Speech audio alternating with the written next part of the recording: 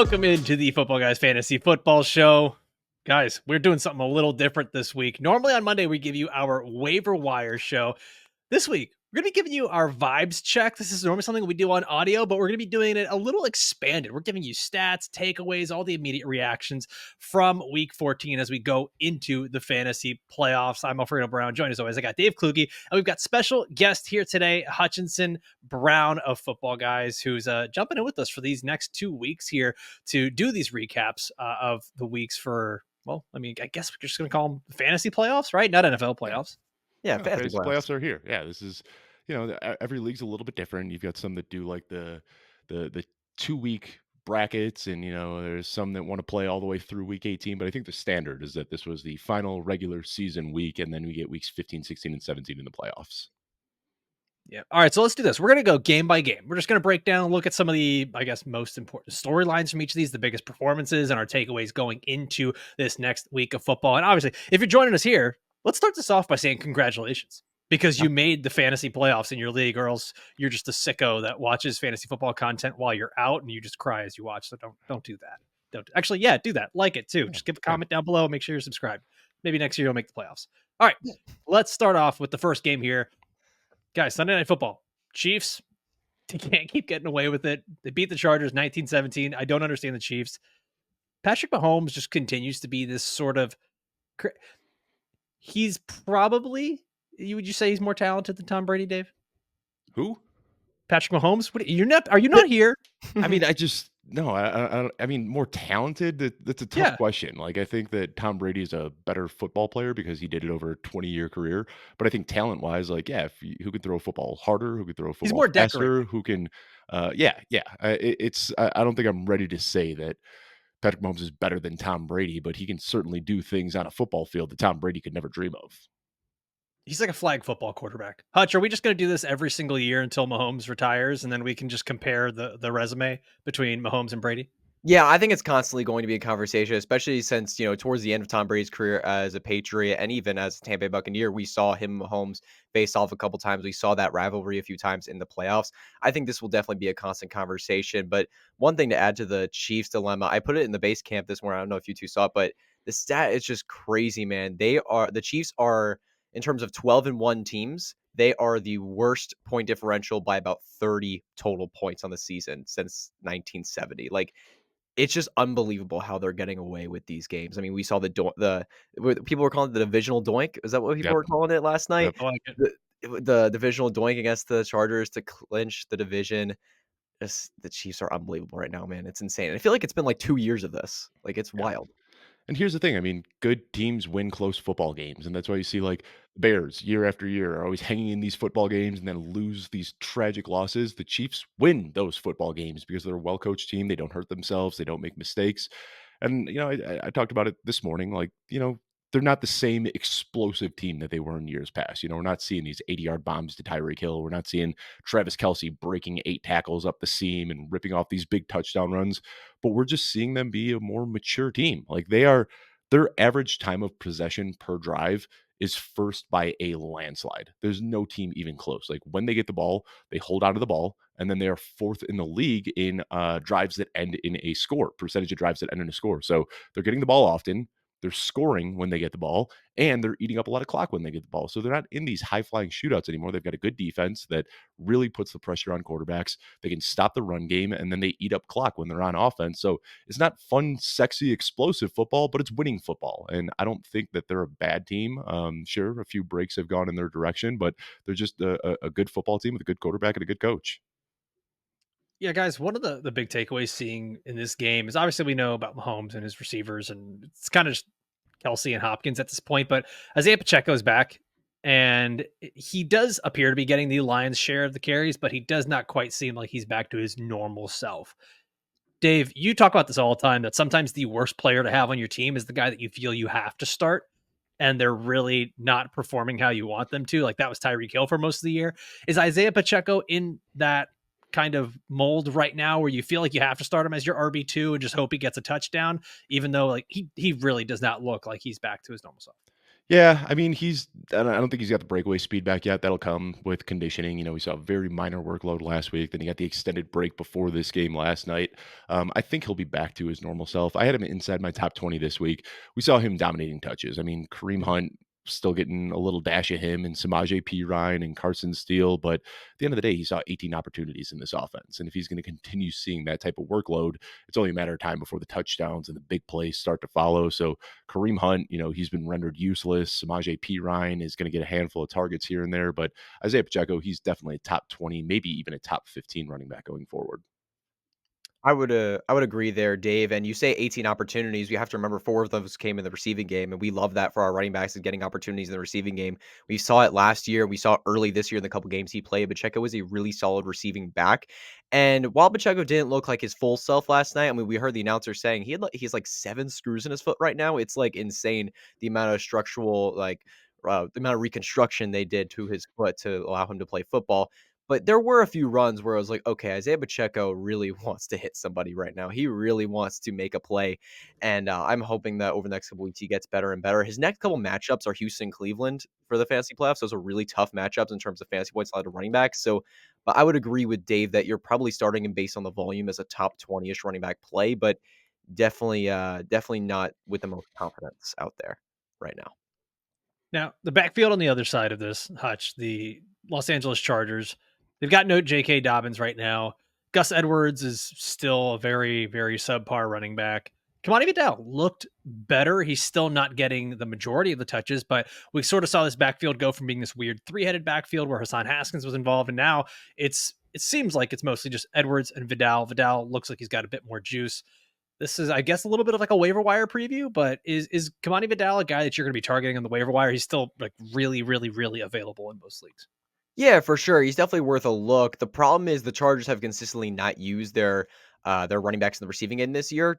Justin Herbert likes to truck it downfield, and if he sees pressure, he takes off. He's unlocked the running game this year, specifically within the last second half of the season. The first couple weeks he was dealing with that lower leg injury that he had in the offseason, but he's unlocked the running game and he hasn't been able to dump off the football to the running back. So this is most likely going to be a split committee where they're both Vidal and Gus Edwards seeing significant touches in the running game, but not enough to be super fantasy relevant unless they get in the end zone, because it was 8 for 34 for Vidal last night and it was 10 for 36 and 1 for Gus. Like, it's just I think that's how it's going to be looking rest of season. So with limited, unless someone gets receiving work here, we're likely not going to see huge fantasy value here. But Vidal is definitely worth a pickup just in case Gus goes down or in case they make a big switch for the rest of the season to Vidal, because I do agree with you, Alfredo, that Vidal did look better. Dave looked like he smelled a fart when I said Kimani Vidal's name.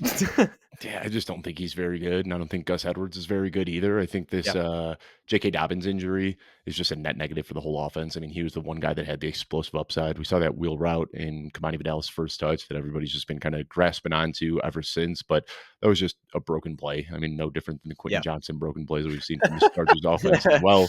He was just wide open, streaking down. I don't think anybody even knew he was on the field. I just don't think Kamani Vidal is a very good running back. I think we're going to see a 50-50 split with Vidal and Gus Edwards. If Gus Edwards is going to retain the goal line work, which I'd expect him to, I Or think that touchdown. Edwards probably does have a little bit more value than Vidal going forward, but Yeah. Vidal's an injury away from being the last man standing on this Chargers team, so he's definitely worth a pickup. All right, we're going to go through these a little faster. We ended up spending quite a bit of time on that first game Good there. game with a Rams. lot to talk about. Yeah, Yeah. sure. Rams defeat the Bills 44-42. This was wild, guys, because 74% of the team's touches went to 3 players. Kyron Williams with 31 touches, Puka Nacua getting involved in the rushing game, just getting an obscene amount of catches and targets. Cooper Kupp still remaining involved as well.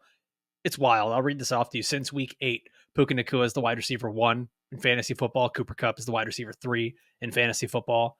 And on the season, in terms of points per game, Puka's wide receiver 3, Cooper Kupp, wide receiver 4. The Rams are who we thought they were. They have 3 really, really valuable players for fantasy football. Dave, is there anything here that worries you going forward? Or do you think the Rams, this is exactly who they're going to be throughout the fantasy playoffs? You can rely on them. No, this is what they've showed us, that they want this offense to run through Puka Nacua. I was kind of surprised. I looked this morning and, I do the Fantasy Pros consensus rankings contest. I was the only person that had Puka Nacua ranked as wide receiver 1 on the week. And if you've looked at what he's done so far this season, I mean, yeah, sure. I'll flex on that. I think I deserve it. It's but you look like when Cooper Cup has been healthy, or when Puka Nacua has been healthy, Cooper Cup has been operating as the wide receiver too, and he's bailed himself out by catching touchdowns in almost every single game. But this offense flows through Puka Nacua. Like he's vulturing goal line touches from Kyron Williams. He is seeing like 12 to 14 targets in almost every single game. You look through his first 25 starts, there's only one receiver in NFL history that has more receiving yards than him, and it's Justin Jefferson. And this is Puka Nacua, who's left like 6 games with injuries through his first 25 games. So, I mean, Puka Nacua fully healthy is probably in the discussion as like a top 3 player next year, but he has just struggled with injuries consistently over the last couple of years. And I think that's the fear with Puka is when you draft him, are you getting a full 17 games out of him? Probably not. Now, I don't want to read too much into injury proneness and things of that nature, but Cooper Cup's only getting older. Matthew Stafford's still probably going to be there next year.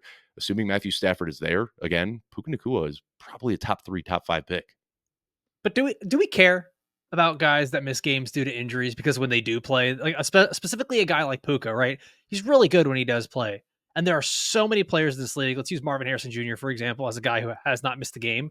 Mhm. And his points per game, wide receiver 41. Like, this is not a guy If you're asking me if I'd rather have a wide receiver 1 who misses a handful of games or a wide receiver 4, I'll take the guy who's going to miss a few Well, games. right. Yeah.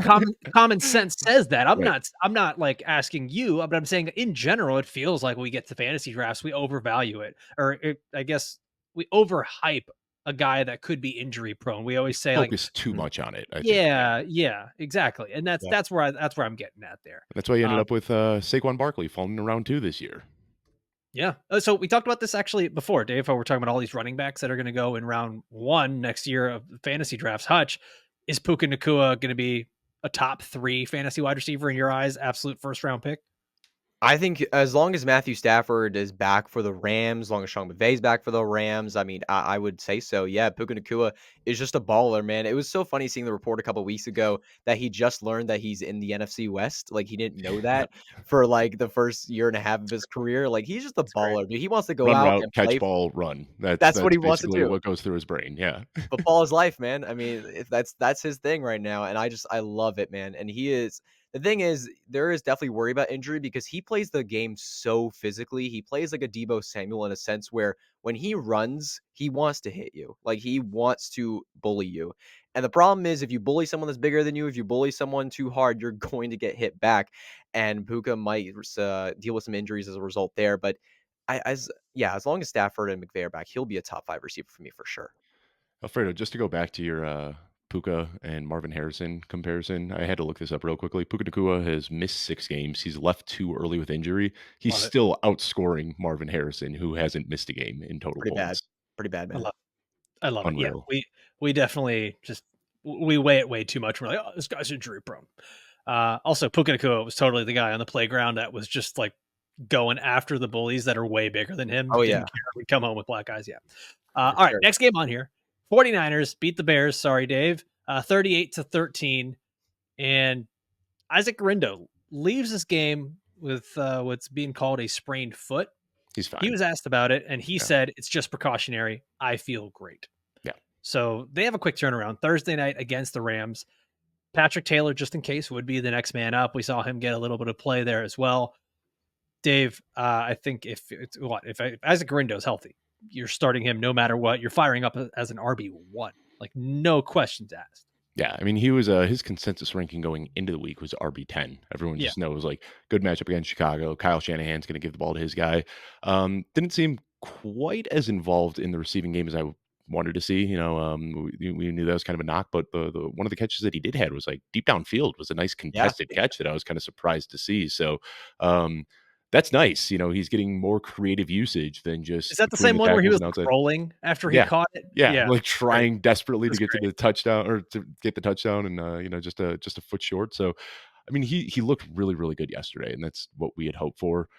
Patrick Taylor is definitely worth a stash. I mean, he was worth a stash before this week because he also is the next man up, and you want these injury away guys, as we saw this week with Charbonnet and Allen and Garendo and all of these RB2s taking over.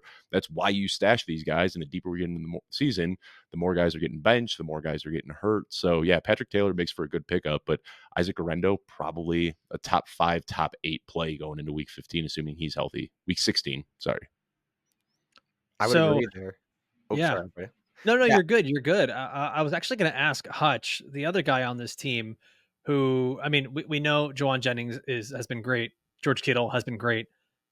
Hutch, can you start Debo Samuel with confidence because it's been rough over the last few weeks. I'll give you his rankings over the last 4 weeks here in half PPR: wide receiver 50, wide receiver 94, wide receiver 72, wide receiver 61. I don't know that you can start him anymore now if you even made the fantasy playoffs. Yeah, no, I have a really hard time if I have Debo Samuel putting him on my lineup because the thing is, when you watch Debo Samuel this year, not only is he getting a little bit less opportunity you've seen over the last handful of weeks, but when you watch him play, there are plenty of plays where a couple of years ago, Debo Samuel would have beat that defender, or he would have broken that tackle, or he would have gotten around to the edge. And Debo Samuel this year is not doing it. I don't know if he's dealing with an injury. I don't know if he's just at that age point because he is approaching age 30 now. We're kind of at that point where you have to be concerned about that. Okay, relax, Hutch. Okay, 30's not that old, My bad, my bad. right? But He's still only 28, I wanna say too. Like, I mean, yeah, he's a no, very old 28. He's been in the yeah. league for a while. He's taken a lot of hits. It's He's had dog a years. lot of It's dog years injuries. for Debo. Yeah. That's I'd what say we it's do. like a peach. Yes. Debo Samuel just ages like a peach. He's just Is that old and bruised and mushy now at Fair. 28 Can we years make old. that a thing? Can we make it Debo years for like anyone in the NFL going forward where they're Debo young, but years. He is it's the Debo definitely years? he's a wide receiver who is aging on the running back curve, and I've talked Yeah. Yes. about that for years. The way he plays the game, his physicality, he's not going to be a Tyler Lockett who can play into his mid-30s. He's not gonna be a Keenan Allen who is a technician at his ability to get open. He has always been good because he runs through defenders, and that's awesome until it starts to take its toll. And we did see at the beginning of the season, he was still having good games and ripping off big Yeah. plays, and it's just seemingly getting worse and worse every single year or every single week as the season goes on. Side note, Debo Samuel, 28 years old. He's getting younger by the second as we continue to make him older as we talk. All right. Next game on here. Seahawks beat the Cardinals 30-18. Dave was pants off because Zach Charbonnet, 29 touches, RB1 overall in week 14. We've seen Zach Charbonnet without Kenneth Walker before, and this didn't happen. But this was the best performance by either Charbonnet or Walker in recent years. The Seahawks have not had a running back performance like this since, let's go back to like Marshawn Lynch days, Sean Alexander days. Like it was nuts. I think at this point, Zach Charbonnet has now carved out a much bigger role for himself. I don't think he ends up being this backup anymore. I think going into next year or even throughout the rest of the season, it's going to be a bit more split, Dave. Yeah, and I mean, it's already been pretty split where Charbonnet kind of really took a lot of the passing down work. So he was kind of having standalone flex value I mean, in Walker was PPR getting leagues. a lot of targets out of the back. It felt like they were using Charbonnet in a way that they were just like, here, keep doing all the grinder stuff, like Right. getting those short yardage when they're stacking boxes and stuff like that. And I wonder if that expands a little bit. Now you can actually start Zach Charbonnet. We saw the breakaway run yesterday, and that's something that we haven't seen in Zach Charbonnet's game. Even Yeah. going back to what he did at UCLA, like he was never a breakaway run guy. He was the get you 5 yards between the tackles, break a tackle in the open field after catching a pass. But Alfredo, I know you're going to hate to hear this, but I think Zach Charbonnet, I've been saying it for a year, I think he's a more well-rounded back. I think that it makes more sense to have Zach Charbonnet as that early down guy, and then you can use him in the hurry up offense and kind of use Ken Walker as the change of pace guy. Ken Walker's a lot smaller.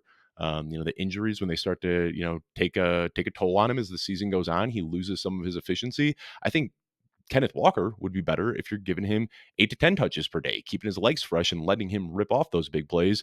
I don't think he's the guy that you want to be slamming between the tackles. Zach Charbonnet has the build for it. Like you said, 29 opportunities yesterday. He was doing all the gritty stuff. He was breaking tackles. He was smashing between the tackles. He was baking off like the big breakaway runs. He was getting involved in the passing game. He can really do it all. And I think that I don't think we're going to see it just run away with Zach Charbonnet being the guy going forward, but it wouldn't surprise me if it's kind of a 60-40 split in favor of Charbonnet. Yeah, I That, mean, that I would agree. surprise me. Dave, I honestly, I'm in agreement with you that I think that it would be better if Charbonnet was used in more of a feature role in this offense and Walker was used in more limited role because he has those explosive abilities. But I feel like Zach Charbonnet is like the perfect AFC North running back. He's just so physical and he'll just go straight through defenders. I feel like he'd be perfect in that division. But looking at how the split could play out, because the thing is, we saw Kenneth Walker go down earlier this season. He missed week 2 and 3 with an injury, and after that injury, we saw Charbonnet involved in the receiving game a little bit more, but not really a flex-worthy play much in fantasy, but definitely keep an eye on Charbonnet because he had a huge week last week. If Walker does come back, he could be more involved. So Charbonnet is definitely someone to keep on your radar, but I wouldn't be starting him in fantasy next week if Walker is back. I would want to see it. I would want to see his involvement first. What I will say though is if Charbonnet does, for whatever reason, like if Walker is unable to come back, the next few matchups, Green Bay, Minnesota, Chicago, there's some Monsters really, matchups. really good matchups Yeah. down the stretch here. So I expect Walker to be back in week 16, but for whatever reason, they have to put him on IR or shut him down for the season or something like that. Charbonnet will just continue giving you 20 plus every single week down the stretch. Yeah, and looking at the games that he had with Walker out the 2 weeks, he scored 17 and 25 PPR fantasy points. Like, this isn't the first time we've seen Zach Mhm. Charbonnet in a feature role do well for fantasy. Like, this guy was really good when Walker was out a couple weeks ago. It's kind of reminding me of, like, when Alexander Madison was, we all thought he was good at football behind Dalvin Cook. When Dalvin Cook was out, Alexander Yeah. Madison was a baller. And I think that we could put Zach Charbonnet in that conversation where it's like when Kenneth Walker is on the field, he's likely mostly a backup.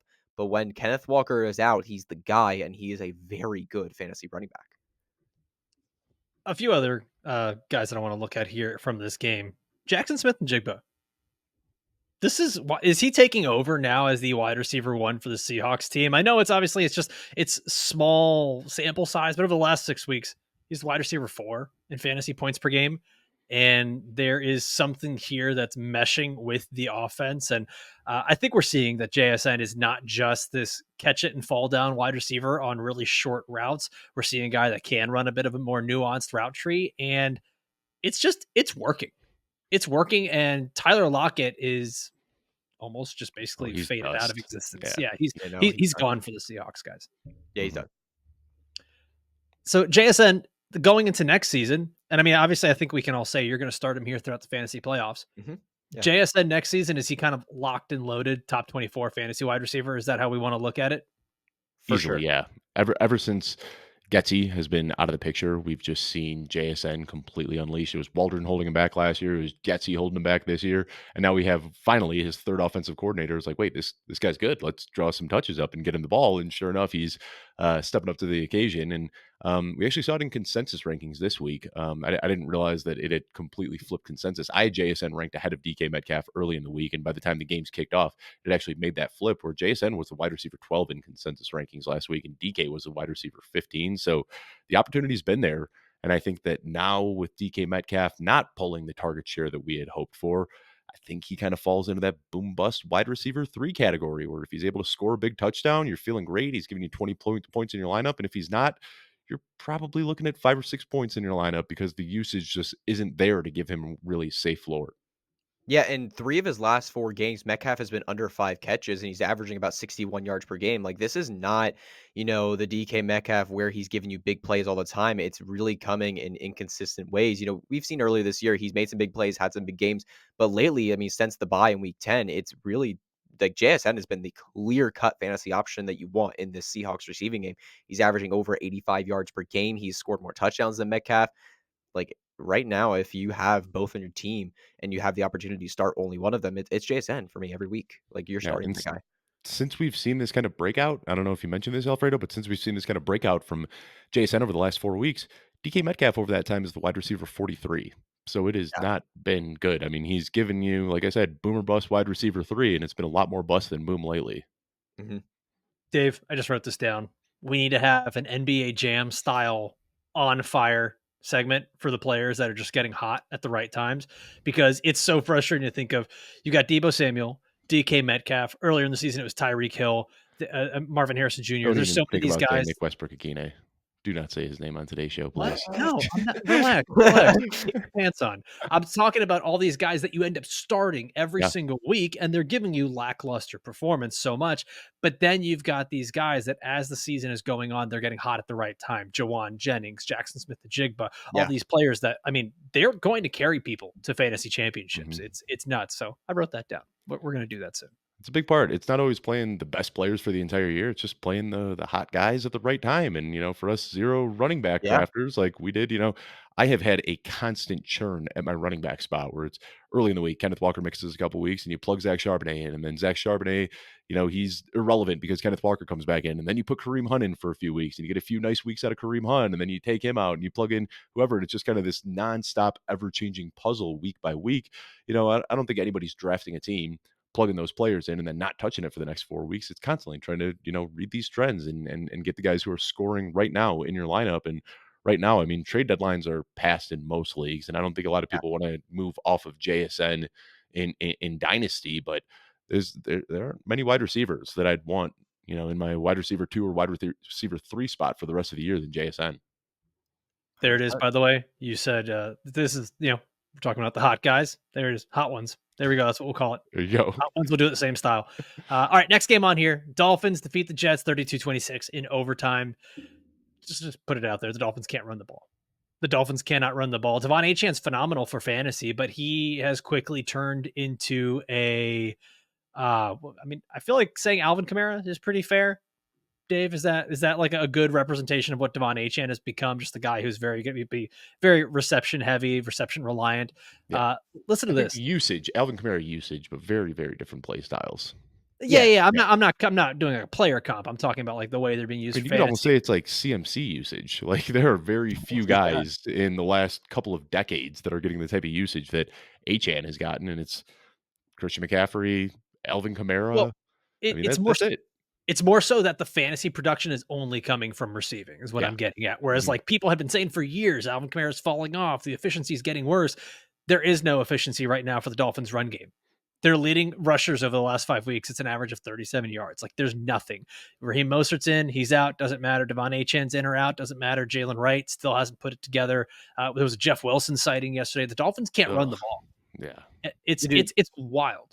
Yeah, they keep I don't know what Mike McDaniel is doing. Like he's been doing the last most of the season. Honestly, you keep stuffing a 180, 199 pound back and Devon Achane up the middle, and it's like, what are you doing? Like this is not a guy that's in between the tackle run. Like Devon Achane is a great player, but you need to get him in space. He's not someone that's going to push the pile or break a tackle from a linebacker very often. He's somebody you need to get in space and let cook with his speed and his agility in the open field. Like this is why the run game is not working for Miami, is because they continue to stuff this guy up the middle. They need to find ways more to get him in space and get him opportunities out wide, outside the tackles rather than inside.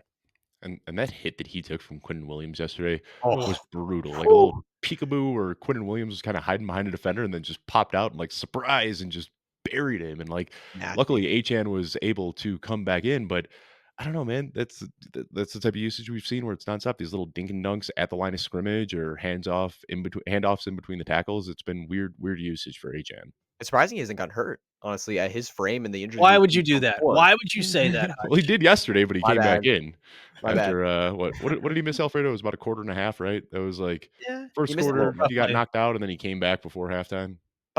Seriously injured. Like I would. Miss games. And then you did it again, Hutch. You know what? You're on timeout for the next 30 seconds.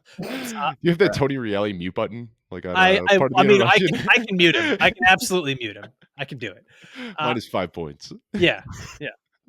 The thing is, like the Dolphins have been so bad at running the ball that you would think that's going to lead to more targets in the passing game for their wide receivers. And really what we have seen is over the last few weeks, it's been all Jonnu Smith.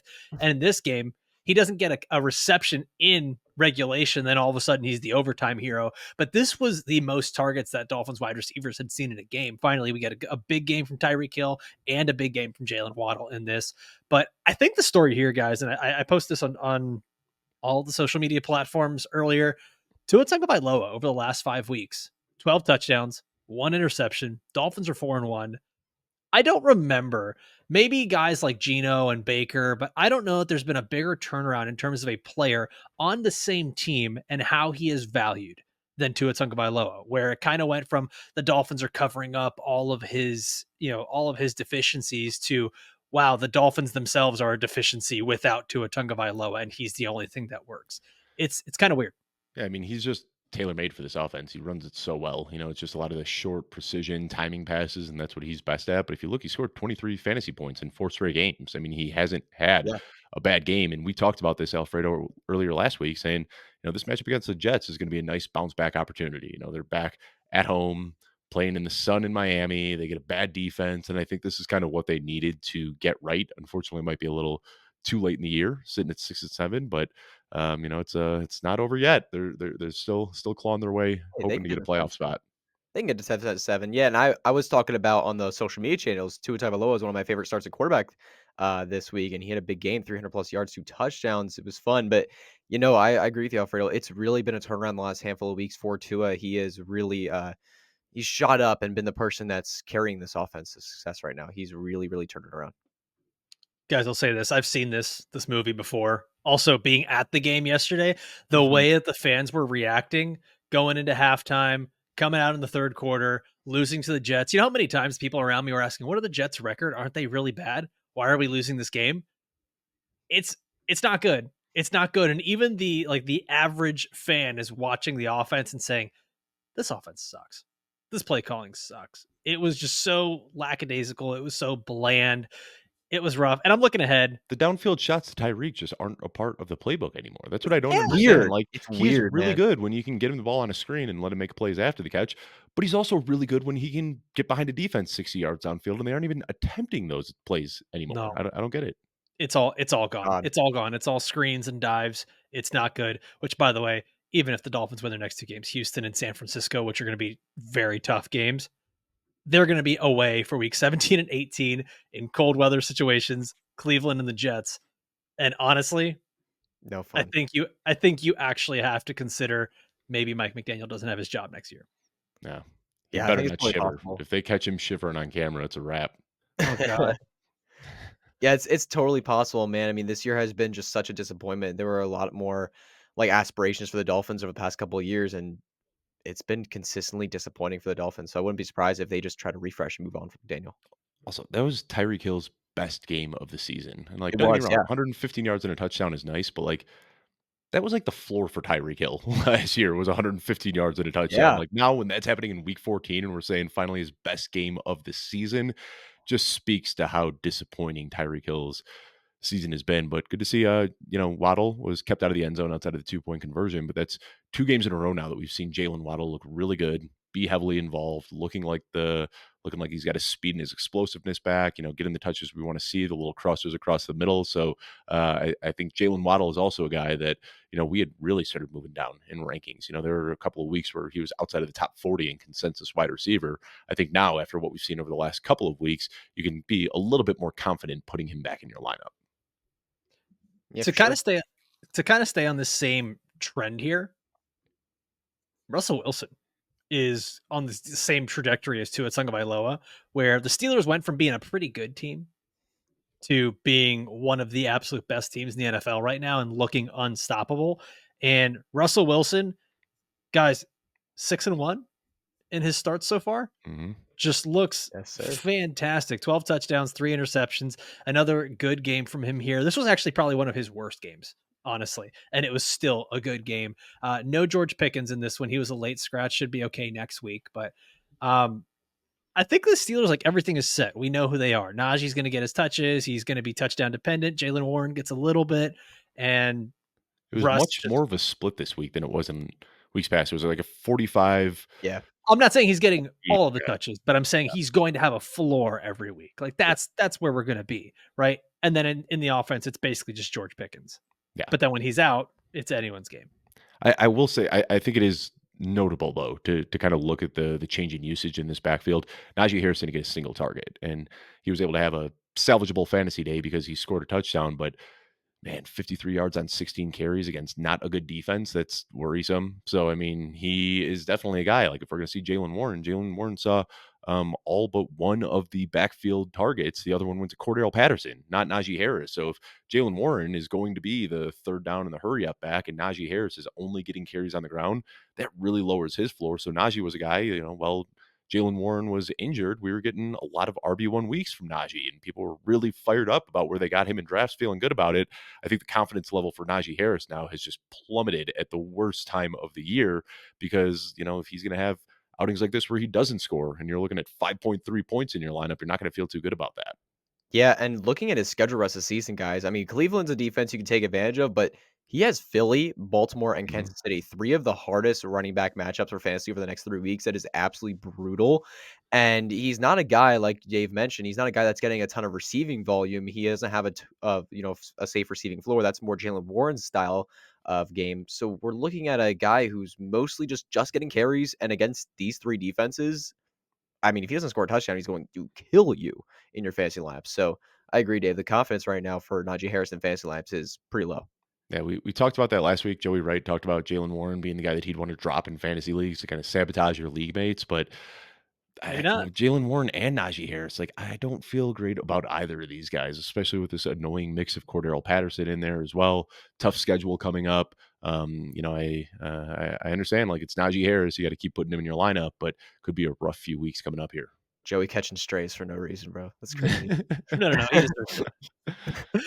Honestly, all I'm hearing is that Russell Wilson becomes a streamable quarterback every single week in the fantasy Yeah, man. playoffs. And honestly, I think maybe if you haven't picked him up already, it might be too late. Yeah. Yeah. Guys, the other side of this game, Browns, Jameis Winston, Hmm. the Lord. Delivered trying him to from the pick deliver. sixes at least. He Yeah, didn't have a pick six in this game. no pick sixes here, Jameis. But Two I picks. want to ask this question because going forward, because we kind of see Jerry Jeudy becomes essentially the best wide receiver in the NFL with Jameis Winston and no Cedric Tillman. But when Cedric Tillman returns, is Jerry Jeudy a guy you just keep plugging in your lineup because of the upside? Where do you end up putting him? Is he more of like a boom bust wide receiver two or flex play, something like that? Or you trust him? I think he's like at that wide receiver one, wide receiver two bubble already. I mean, Yeah. going into this week, I had him ranked pretty aggressively. I had him inside my top 15. But do you have And him there with Tillman when he comes back? yeah, I don't think that Tillman is, a huge threat. I think we saw a few fluky games from Tillman, and I think a lot of that had to do with him kind of being the practice squad guy, along with Jameis Winston, who was the practice squad guy, and we see them build that connection. And we see that translate a lot, like we saw with Kayshon Boutte and Drake May for a handful of weeks. But I think now that Jameis Winston has been starting for a handful of weeks, he's got the rapport now with Jerry Jeudy and David Njoku and Elijah Moore. I think Tillman, unfortunately, kind of takes a back seat. I think Jerry Jeudy is the wide receiver one on this team going forward. Yeah, with the way Jerry Jeudy's played, even when Cedric Tillman comes back, who's been a solid wide receiver for the Browns, it's just like you don't look away from this guy. I mean, he was a first round talent for a reason. He can make big plays, and he has shown why he was that first round pick for the last handful of weeks. You don't move away from that if you're the Cleveland Browns, even when Cedric Tillman comes back. Yeah, I mean, it only took him 5 years, but Jerry Judy's He playing got really there. well. Yeah, yeah. All right, next one on here. The Bucs beat the Raiders 28-13. Raiders right now hold the number 1 pick in the NFL draft. They're tied. The record is tied with the Giants, but they have the tiebreaker there. Did you hear Giants fans celebrating? Like the stadium erupted in applause when they missed the field goal. Like they got down to a chip shot field goal to win I the did not game, hear that. missed the field goal, and every Giants fan is just like, yeah, like just went crazy over it. It was good. It's That's going to be the most Giants thing ever when they end up with the 3rd pick because they win a game in Week 18. Yep. Tommy DeVito. Uh, yeah. Oh, 2 man. takeaways from this game, guys. Bucky Irving re-aggravates his back injury, and our own Adam Hutchinson has Bucky Irving projected to miss next week because of this injury and likely projected back in Week 16. But he did write here that it might actually be beneficial for him to take 2 weeks off because of the Bucs being a team that looks like their season's going well beyond the regular season. Um, do you have trust in Rashad White, Sean Tucker, any of these running backs? Dave, you nodded for Rashad White. You shook your head for Sean Tucker. That works great for podcasts. So I'm going to go over to Hutch. Hutch, do you have confidence in both, either, or none of these guys? I would have the more confidence in Rashad White because when you look at what he can do as a player, Sean Tucker is a very solid runner. He's a really solid athlete, but he is not a good pass blocker. He has shown that a lot this year, and he's not much of a route runner or receiver either. Rashad White is the player who can pass block really well, get those receiving chops, and that's the player you want in fantasy. He's someone that's been a relatively good runner compared to what we've said about him this year in limited opportunity.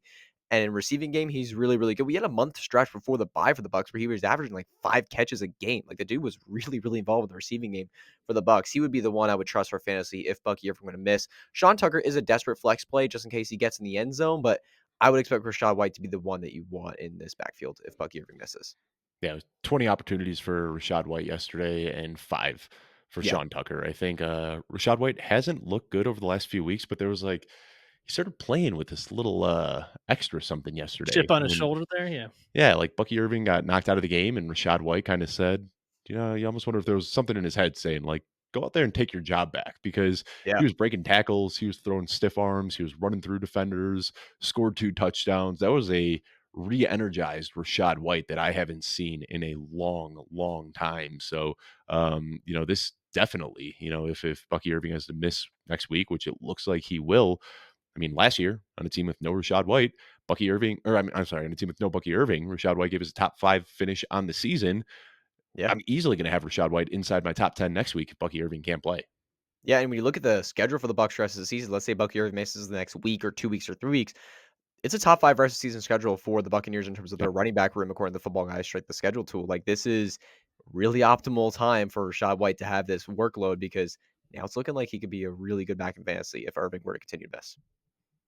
I think just as an insurance policy, if Sean Tucker is out there Yeah. and you have the Yeah. space, you can throw a little Totally bit on fair. it waivers this week. Next game on here, Eagles beat the Panthers 22-16.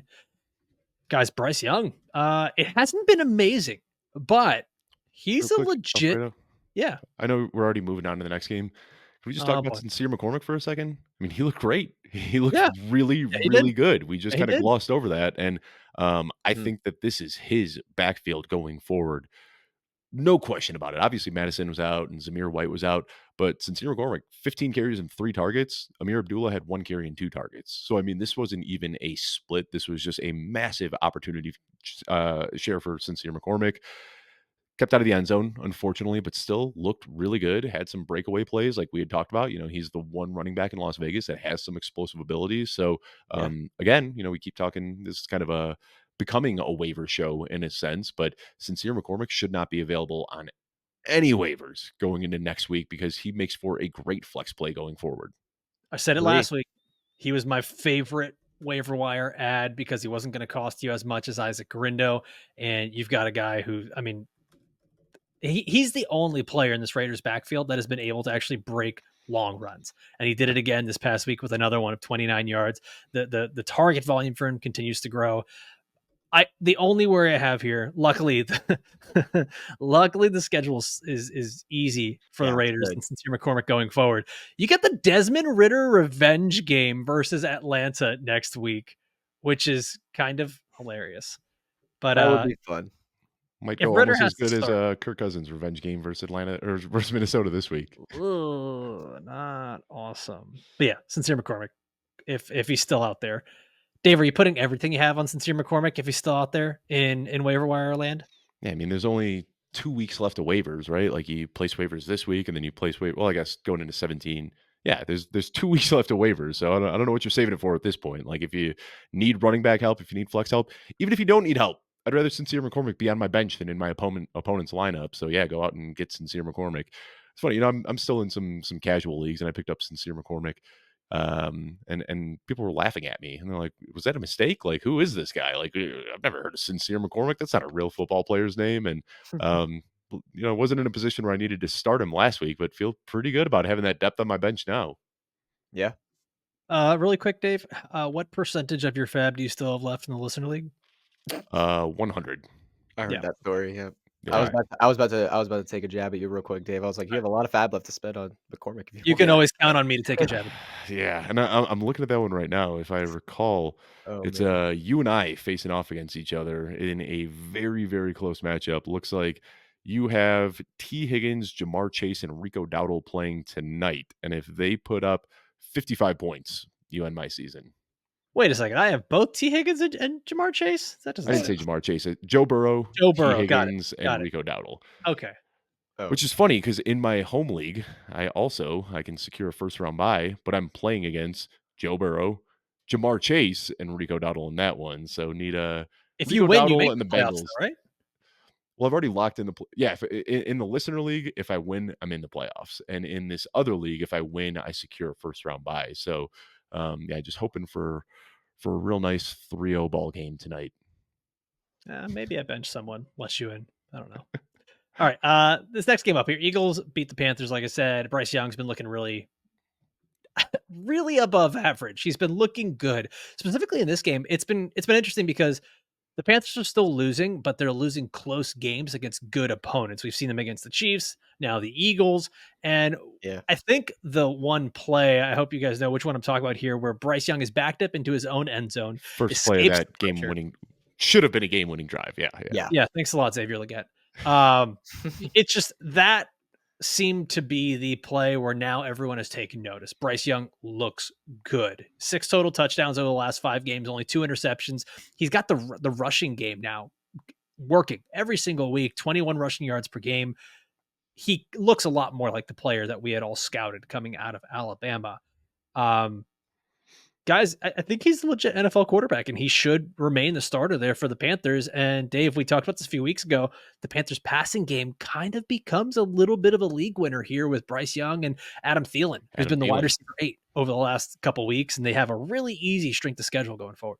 Yeah, Adam Thielen's the one that really jumps out to me. He has looked revived over these last few weeks, and he's kind of operating as the team's wide receiver 1.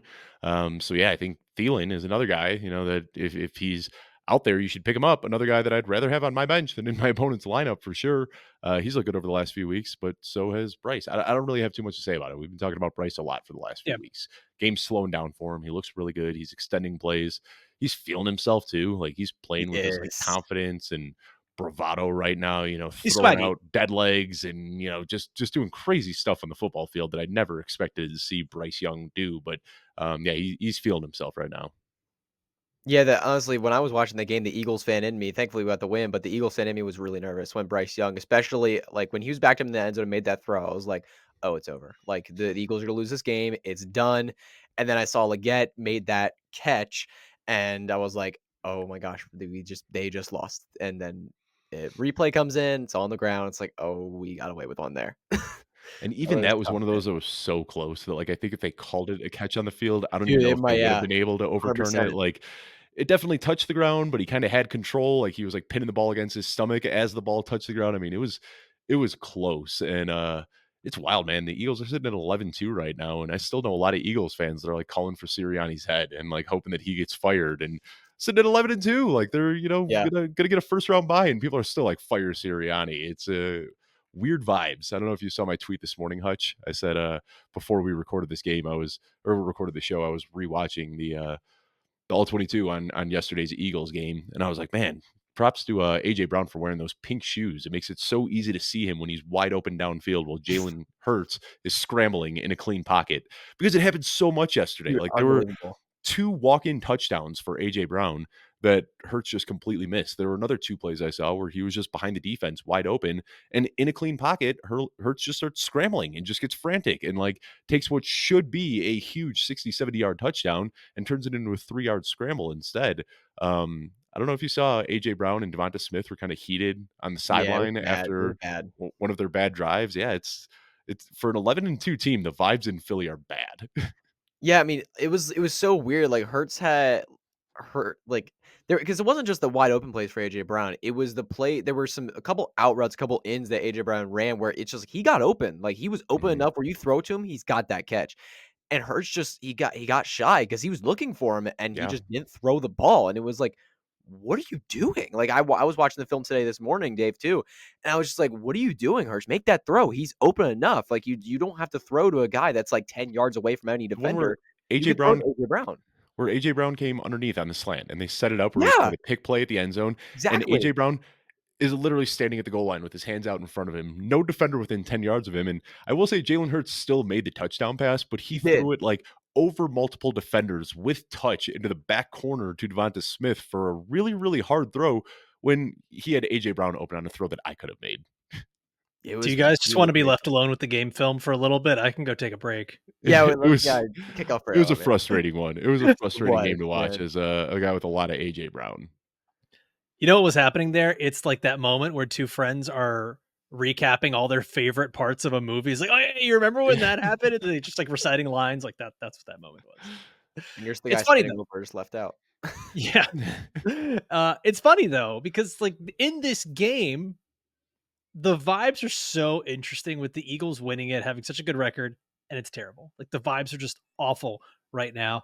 And the Panthers went from being kind of a laughing stock to everyone. They're almost the underdog that everyone's rooting for in the Yeah, NFL right now. It's so interesting. And I think it's so fitting that their players in their passing game, Bryce Young and Adam Thielen, might be the guys that start to win people a bunch of fantasy Yeah. championships. It's just, it's awesome. Bryce Young is just he's a likable guy too. Like, I don't want to, faith whatever. Everyone's got their own thoughts on it. But did you see when CJ Gardner Johnson went down with the injury? I loved it. I Bryce loved it. Young immediately like drops his head and starts praying. Well, like before the trainers even come out, like he sees an opponent go down and immediately just starts like praying on the field. Regardless of what your religious stance is, it just shows that he has a good heart and that like he wants to see the best in people in the middle of a competitive game. He just seems like a good dude. I'm a big 100%, Bryce Young fan. Absolutely rooting for him to come back. for sure. Guys, we got 4 more games here. One 2 of more them, thing to mention in this game, though. of Sorry, course. don't mean to keep cutting you off. Jonathan John Brooks, Brooks. Yeah, non-contact knee injury. Yes. he's out. Yes. It's It's done, it's a dude. it's a redshirt season for him, Oh my honestly. gosh. That's what But it is. now at Chuba this Hubbard point, was the with it best this late late pick. in the year, like they're saying that it's potential re-tear of the ACL. If that happens, that means God. 2025 is in jeopardy as well. I mean, this Yeah, is bad. This is later in the year than his ACL tear from last year, which would mean we might not see him until very late in 2025. This is bad. yeah, Hopefully he can have really, that really. J.K. Dobbins trajectory and be a first half of the season league winner in 2028, maybe. Yeah, and also real quick to add, Raheem Blackshear went out with an injury too, the other backup running back on the Panthers, and Miles Sanders is still on IR. Like, it's Chuba's Chuba getting Hubbard. 100%. Yep. Yeah, like Chuba Hubbard might if Raheem Blackshear does miss time, I haven't seen an update on him, but Miles Sanders still on IR. Like if these guys were to miss time, it's literally 100% Chuba Hubbard, and there's nobody else in this backfield right now. They'd have to add somebody off the street, and they're not going to challenge Chuba Hubbard. Chuba Hubbard's been Yeah. really good this year, And, so and Chuba Hubbard Blackshear's was their fullback special teams guy. yeah, So even if he's healthy, he's not going to mix in for more than 2 or 3 touches. Chuba Hubbard's going to yeah, be getting like a 90% opportunity share for the rest of the season. yeah, for sure. We're going to see that top 10 back that we saw earlier this year. Like it's right back to it. Yeah, Chuba Hubbard actually just I think we can probably call it now. I can't think of one off the top of my head. Who's the better fantasy football pick in the entire NFL draft or fantasy football draft? Like there's not a better late round pick this year Yeah, I than Chuba Hubbard. think you're Yeah, right. Hubbard. Yeah, Maybe All right. Bucky, but he's hurt now. Maybe. Maybe, yeah. All right, so we have 4 more games here. I think 2 of them we can just simply say what happened. Saints beat the Giants 14-11. Yeah. Tyrone Tracy might be the best waiver wire pickup of the season. His role continues to expand, and Derek Carr got hurt. I don't know if that changes much. Yes, Hutch. I don't want to interrupt you, but I also wanted to add Juwan Johnson was really involved in Mhm. the offense with Taysom Hill out. I talked about him on Twitter this week as a potential streaming candidate at tight end, and it worked. He scored a touchdown, but he had 4 catches, I believe, at the end of that game. Like he was really involved in the offense. And so if you're in need of a streaming tight end, if your tight end got hurt, if you need somebody, if you need help, Juwan Johnson is somebody that you can absolutely look at on waivers this week. He's available in a lot of leagues right now.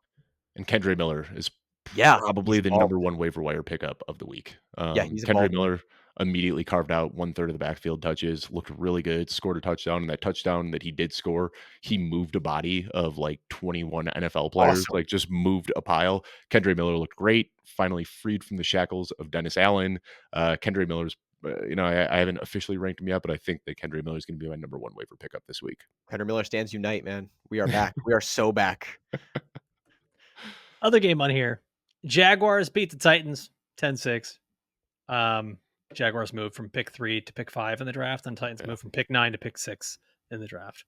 Ironically, Westbrook pick 6. Akine did not catch a touchdown. There you go, This week Dave. has come to There an you end. go. It's Get Joker. on your soapbox. You did it. You did it. It was you. All right. 2 more games here. Thursday night football. I want to save the good one for last, but Thursday night football, Lions beat the Packers 34-31. Josh Jacobs has his crazy 3 touchdown game. Mm-hmm. This is what stands out to me here. Is not all the good stuff, the bad stuff. Amon-Ra St. Brown is wide receiver 46 in points per game over the last 3 weeks, behind his 2 teammates, Tim Patrick and Jamison Williams. David Moore, Trey Tucker, Brandon Cooks, Michael Wilson, Matt Collins, Andre Yosevach, Nick Westbrook-Akine. I said it, Dave. You can't stop me. Ray McLeod, Parker Washington, and Marvin Mims. Dave, you posed this question early in the season. Is Amon-Ra St. Brown now a touchdown-dependent, high-end wide receiver 2, low-end wide receiver 1? I think there's more questions now as we've gotten to the end of the year.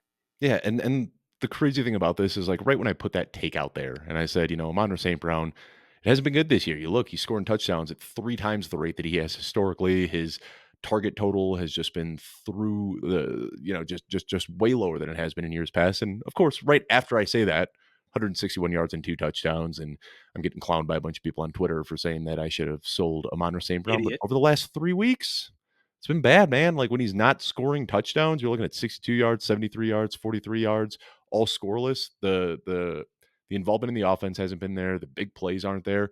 And I will say, like, I think he's the most important player on this team. You look at the things that he does off ball, like he's getting in the A gap and Yeah. taking out linebackers to like clear touchdowns for David Montgomery. He's clearing out underneath so Tim Patrick can get open for a big touchdown on the back end. Like, he does all of the gritty things that make this offense run. But you know how many points you get for throwing a block on a linebacker in the A gap?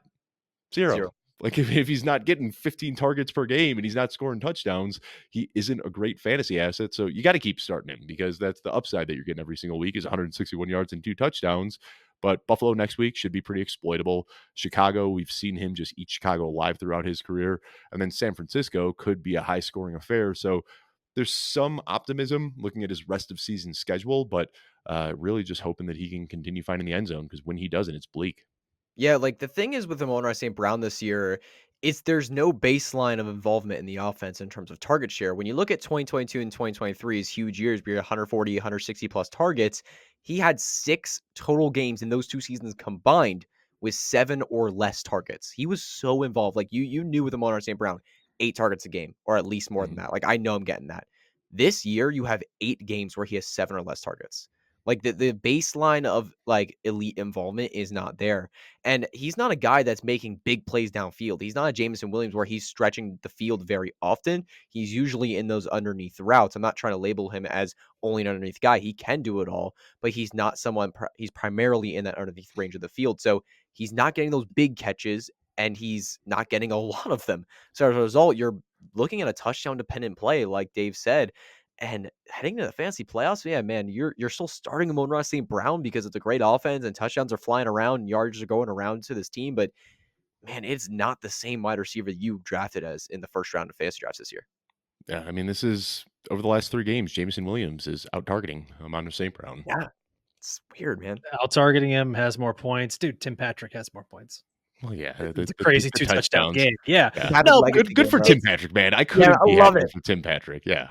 Love Yeah.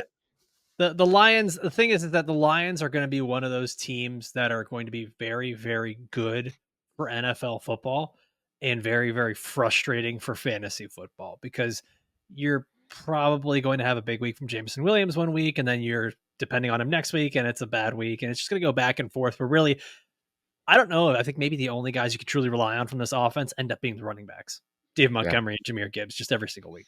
And the reality is you have to start Gibbs, Monty, Amon-Ra, Jameson, and Sam Laporta every single week. Yeah. And just know that 2 of those guys are probably going to end up being disappointing, but they have the offense is so good that they're all must-start players. Yep. Is that a reason to actually stay away from them in fantasy drafts? Because you Next end year? up because you end up in that same mold that you talk about, Dave, where it's like you draft these players and you have to start them every week, Mhm. but then it's almost disappointing every single time. It's not even the same boom bust. It's just constant mediocrity. I think because of the name value and because the end of the season finish, because of the touchdown rate that he had through the middle part of the season, I think Amon-Ra St. Brown is still going to be going top 7, top 8 in fantasy drafts next year. And assuming likely. that's his price tag, I'm not going to be drafting him. I think Yeah. based on the usage that we've seen now, the emergence of Amon-Ra St. Brown, the emergence of Jameson Williams, how good this run game is, I don't think I'm drafting Amon-Ra St. Brown before like the midway point of round 2 next year. I'll be really interested to see where his ADP shakes out. Yeah, the thing is too, to add on to that, if they have a lot of weapons in the receiving game, the problem is they win too many games, and they win too many games by a lot of points. When you're Mhm. winning by a lot of points, you run the football, and they can do that all game with their elite offensive line, their 2 running backs. So they have multiple games this year where they've scored 50 plus points. They've had multiple games this year where they've blown out their opponents. And when you have games like that, you're not going to see too much involvement for the receivers because they're going to be running out the football, and you've seen games where they've put in their backups where they're just not Yep. playing them in part of the fourth quarter, and that's going to lead to limited fantasy relevance for these guys. Because if we were talking about the Lions as like a bottom 5 defense and this offense was this good, I think we could have relevance for all 3 of Laporta, Jameis Williams, and Mona on a consistent basis. But their defense is good enough to stop opponents, and they're good enough as a team to blow out other teams. So that's another problem with this too. All right, last game on here. Vikings defeat the Falcons in what was being dubbed the Kirk Cousins revenge game. Not great. It started off awesome for Kirk and the Falcons, and it was in the first drive, gets some big plays, finishes with a touchdown, and then the wheels fell off. The wheels fell off. It's Dave, is it time to put the Penix in? Yeah, I think. I mean, I'm not gonna make the joke I want to make. Yeah. Yes, yeah. I had them all circulating. I just didn't want to say it. Yeah, So maybe just a little bit, just to try it out. Just gonna see how he looks in this offense. It can't look much worse. I mean, Kirk Cousins has looked terrible. He just has no juice on his. He just can't throw the ball right now. Yeah. His arm strength is waning. I don't know. That threw me off. The Penix jokes, and juice on his Sorry, balls. Joe. I just can't do it Oh. right now. Go ahead, Alfredo. Take it.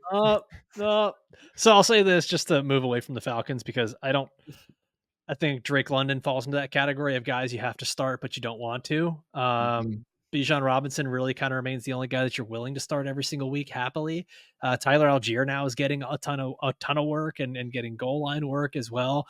I don't think there's too much to take away from the Falcons game. You don't want to start Kyle Pitts. Darnell Mooney becomes the guy that you can start. Hutch, what did you want to say here about the Falcons? I wanted since the bye week, Waiver McLeod has been pretty involved in the offense. 6 and 11 targets in 2 weeks, 4 for 95 and 8 for 98. He's someone that can make big plays downfield. He's explosive, and I think he's someone that is available on a lot of waivers. And you can definitely pick him up. In a good matchup, you might be able to flex him because the involvement's there and the big play upside's there too. So I just want to throw him in as a name to consider. Yeah, honestly though, it is tough to have any faith in the Falcons offense. I know he's had the production. It's just I would struggle with playoffs on the line. My team would have to be so down bad. I would have to have so many injuries to be like, what? You know who's got me? If anybody's got me, it's that good old Ray McLeod. Or you're just in like teams are a there, man. 14-team league. Yeah, I mean, there's deep possible. leagues out there. Deep leagues. Yep. I'm in some leagues where people have been starting Ray McLeod for weeks. Yeah, I mean, definitely not putting him in, your standard 10-team league, but there's definitely enough involvement there where, I think Kyle Pitts is just kind of useless at this point. He has just completely fallen off, and I think where Kyle Pitts was kind of operating as a third target earlier in the season, now Ray McLeod is kind of jumped ahead of Kyle Pitts on the depth chart. So Kyle Pitts is droppable, and now Ray McLeod is in the streaming discussion. Yeah, and you mentioned 14-team leagues, Dave. I'm in the Kings Classic leagues with Bob Lung and people from the Expo, and I had Lai McConkey. Unfortunately, he was out pretty late in the day. I had to play Juju Smith-Schuster in my lineup, and I was like, and this is like a 9-4, about to be 10-4 team, and I was like, I'll take Ray McLeod over Juju Smith-Schuster. Seriously, there are leagues out there and playoff teams where there's injuries and there's unfortunate happenings. You need a play, and I think McLeod is someone to look at just in case you need that. But yeah, I agree with you too, Dave, on your point that Kyle Pitts, he's getting out. Who's the other 10 on the team? Charlie Woerner. He has more yards and more catches than him in the last 2 weeks. Like it's just not good for Kyle right Pitts now. he's done this year, unfortunately. Yeah, it's over. Done this year, done forever, Dave. Definitely this year, but Dave will be back next year. I'll be back in 2025. Yep. I feel like at the end of the season, we need like one of those like the Marvel taglines where it's like Captain America will return, and it's just going to be Kyle Pitts will return. It's every single year. At least the positive side of this game here for the Vikings, guys. I think Kevin O'Connell deserves Coach of the Year, and I don't know if there's anyone that deserves it more. I think you can make an argument for a guy like Mike Tomlin, but Kevin O'Connell having the Darnold Sons going on here. Listen to this, just in contrast with each other. Kirk Cousins over the last 4 games, 0 touchdowns, 8 interceptions. Falcons are 0-4. Sam Darnold over the last 4 games, 11 touchdowns, 0 interceptions. Vikings are 4-0. It's just insane to think of what Kevin O'Connell and the Vikings are doing with Sam Darnold, who has always had believers and always had guys say, like, he's actually pretty good. This is great to see. And the vibes in Minnesota are awesome. Someone asked me yesterday, what team would you like to see in the Super Bowl? And I think a lot of people's favorites would be maybe the Lions, right? In the NFC going up, and like the other team I was told was going to be either the Chiefs. You'd love to see the Bills do it. So like Lions, Bills, get some teams in that really haven't gotten anything. Man, Minnesota, what a story that would be to see Sam Darnold starting in the Super Bowl after so many teams have given up on him. I would just love that. That'd be fun. I'm pulling it up right now because I pulled it up yesterday and I forgot to share it. I thought it was kind of an interesting stat, though. Looking at what Darnold did yesterday, 340 yards and 5 touchdowns on just 28 pass attempts. I wanted to see in NFL history who has had that many yards and touchdowns on fewer pass attempts. And you start looking through the list, it's just unbelievable where the company that Darnold keeps. You got a few handful of random games in there. Mitch Trubisky did it against the Bucs a couple years ago, but besides that, Russell Wilson, Andrew Luck, Drew Brees, Tom Brady, Donovan McNabb, Jim Kelly, Boomer Esiason, Joe Namath, Don Meredith, Tom Flores, Otto Graham, and Sammy Baugh. That's who Sam Darnold joined on a list yesterday, thrown for 340 yards and 5 touchdowns on fewer than 30 pass attempts. I mean, he had himself. That wasn't just a good game. That was one of the best games of the season. Besides Josh Allen, of course. I guess the real question becomes is when does Sam Darnold go to the Hall of Fame? Yeah, right. Yeah. Hopefully we'll be voters by the time he's inducted. Oh God, I don't want that kind of pressure on me. I don't need that. Last one on here for the Vikings, though, Jordan Addison. This has been interesting because he has been the poster boy for boom bust. 5 games outside the top 48 in wide receivers, 5 games inside the top 20, including a couple of wide receiver 1 overall finishes. He's the wide receiver 13 currently in points per game this season, and he's been the wide receiver 1 in points per game over the last 4 weeks. This is it. Are we saying that he's arrived, or is he just going to kind of continue to be this boom bust guy? It really feels a bit like there's a like Jamar Chase, T. Higgins thing going on here with Justin Jefferson and Jordan Addison. Yeah. Justin Jefferson's still going to get his. It's been weird, though. Like, Justin Jefferson's had quiet games over these last few weeks, too. And he did come back last week, had his big boom game. But even with that, he still took a backseat to Jordan Addison. It's been weird. I'm still very much of the belief that Justin Jefferson is a better football player. But with teams kind of really keying in on him, it has opened up opportunities for Jordan Addison. These guys, just like Chase and Higgins, are both just must-start top 15 guys going forward. Yeah, and it's working for their offense. I think this was like their 5th straight win now, and Jefferson's been quiet lately. Like when you have Hockenson healthy, when you have Addison healthy, and teams are locking in on Jefferson, Addison and Hockenson, especially Addison, are healthy enough to the point where, and they're good enough players where they can make big plays in one-on-one opportunities. So if a defense decides to take away Jefferson, Kevin O'Connell and this offense could be like, okay, if you take away Jefferson, we have number 3. We're going to throw it right to him, and he's going to kill you too. Like, it's impossible to stop this Vikings offense right now because no matter what you do, someone's going to be open. And Addison, now that he's healthy, 6+ targets each of his last 4 games. Like you said, Alfredo, he's been a monster for fantasy as of late. You got to keep playing him. And Jefferson, you got to keep playing him as well, of course. I mean, he's a monstrous wide receiver. It's just you might get a couple lumps here with Jefferson because defenses pay too much attention to him. You know who you don't have to start, though? TJ Hockenson. You don't, yeah. He's someone that has been disappointing a little bit. It seemed like Addison has jumped up to be the clear-cut number 2 guy, and Hockenson's kind of faded into more like not like 2A and 2B with Addison Hockenson, but it's like 1, 2, 3, and it's pretty clear. Yeah, and we've seen 2 games where Hockenson has been in play as somebody that you want to start, and he has had 4 games now with less than 50 yards and no touchdowns. Hasn't scored a single touchdown in the year so far. So I think a lot of people were really hoping that injecting Hockenson into this in the middle of the year would set him up to just be that top 3 guy he's been year after year. But I think Sam Darnold has the chemistry with Jefferson and Addison, and Hawkinson's there working underneath as kind of that safety valve, and he'll get some targets here and there, but he just doesn't have the same ceiling that he's had in years past. All right, gun to your head. You have to start Kyle Pitts or TJ Hockenson. Who's on the waiver wire? Because I'll pick up Isaiah Likely. I don't care. Yeah, man. Who's on the waiver wire? All right. Well, we gave you guys our week 14 stats and takeaways. This is replacing the vibes check. I like this. This is a great way to start the week. We're going to be back again tomorrow with our week 15 waiver wire targets. And guys, welcome to the fantasy football playoffs. Congrats for making it this far. We want to thank Hutchinson Brown for joining us here today. And he's going to come back again next week to do the same thing after week 15 and going into week 16. And hopefully all you guys make it to that next round of your fantasy football playoffs. And as always, I want to thank you guys for watching and listening all the way through. For myself, for Dave, for Hutch, we'll see you next time. Adios.